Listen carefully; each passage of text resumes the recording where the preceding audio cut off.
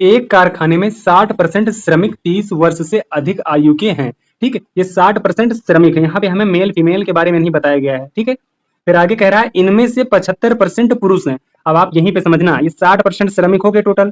ठीक है, 60%। बहुत शॉर्ट ट्रिक में बताएंगे, क्वेश्चन को बस ध्यान से देखना, ऐसे क्वेश्चन आप चुटकियों में सॉल्व करेंगे। 60% श्रमिक हो गए जो 30 वर्ष से अधिक आयु के हैं, इनमें से 75% पुरुष हैं। ठीक है, और इन्हीं की संख्या यहाँ दी गई है अधिक आयु के, यानी 30 वर्ष से अधिक आयु के 135 पुरुष श्रमिक हैं।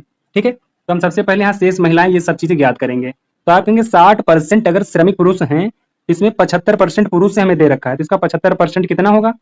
60 का 75% कितना होता है? तो आप कहेंगे 45 होता है। ठीक है, हम निकालेंगे 25 तिक्के 75, 25 चौके 4 बार में, 4 से 60 कटेगा 15 बार में, 15 तिक्के 75 आ जाएगा। ठीक है, तो जब 75% यहाँ पे कौन हो गया? मेल हो गया। ठीक है, यहाँ पे मेल लिख लेते हैं। तो फीमेल कितनी हो जाएगा? तो आप कहेंगे फीमेल जो होगा वो इसी का यानी कि 25% हो जाएगा। ठीक है, कितना? 25%।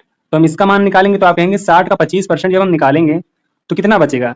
तो आप कहेंगे वैसे हमें 25% निकालने की आवश्यकता नहीं है। ठीक है, हमें आवश्यकता नहीं है। क्यों? क्योंकि हमसे सिर्फ ये पुरुषों की आयु को देकर के हमसे कुल संख्या पूछा है। तो आप कहेंगे जो 135 है, यहाँ कितना है? 45 आया। इसी 45 का मान जो है 135 है। ठीक है, इंटू हमसे पूछा है कुल कितने हैं, कुल कुल संख्या पूछा है, यानी 100 का मान पूछ रहा है, 100 लिखेंगे।